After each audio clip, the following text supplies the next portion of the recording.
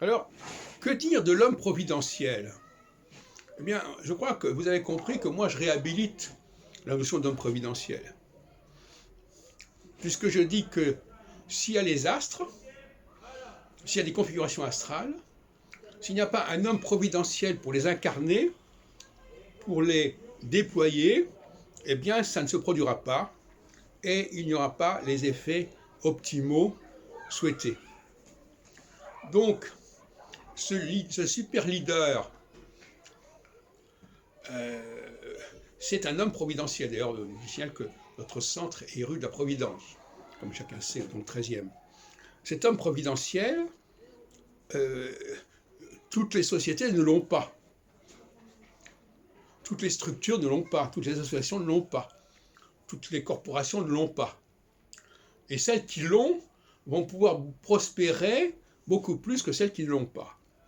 D'où la nécessité de repérer et de recruter les hommes providentiels.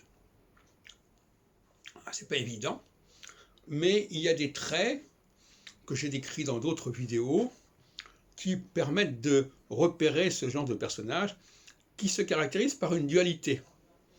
C'est-à-dire qu'il est à la fois puissant sur le plan intellectuel et puissant sur le plan de l'action et de l'organisation et de la distribution des rôles dans une société. Et une astrologie sans homme providentiel, c'est une astrologie tronquée. Parce que les astres sans cet homme providentiel n'agissent pas comme il faut, n'agissent pas comme il convient. Et on ne peut pas faire de prévision à long terme tant qu'on ne sait pas quels sont les hommes providentiels qui seront ici et maintenant disponibles et présents et actifs dans telle et telle société. Par exemple, si on ne savait pas qui était Gorbatchev, on ne pouvait pas prévoir ce qui allait se passer 30 ans à l'avance, c'est évident. Contrairement à ce que croit M. Barbeau, M. Lenoble, qui pensait que dès les années 50, on savait déjà plus ou moins ce qui allait se passer en 1989. Pas du tout. C'est ce qu'on appelle l'anthropocosmologie.